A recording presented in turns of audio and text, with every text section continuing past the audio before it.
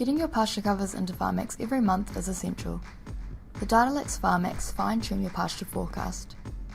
To record your covers, click on your farm's name on the left.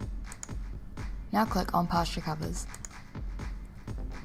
The green line shows your pasture cover.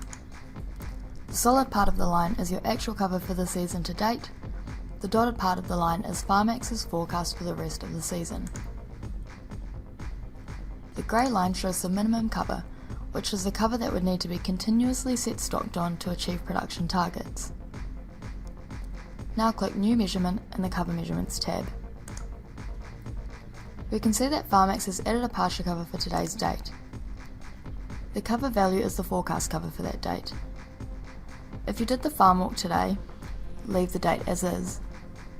If you did it earlier in the week, click the arrow next to the date and choose a new one.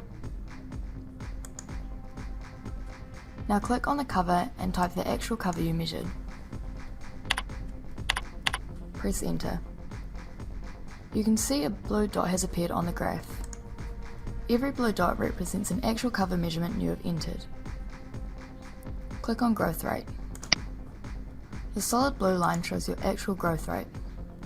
The dotted line is your forecast growth rate.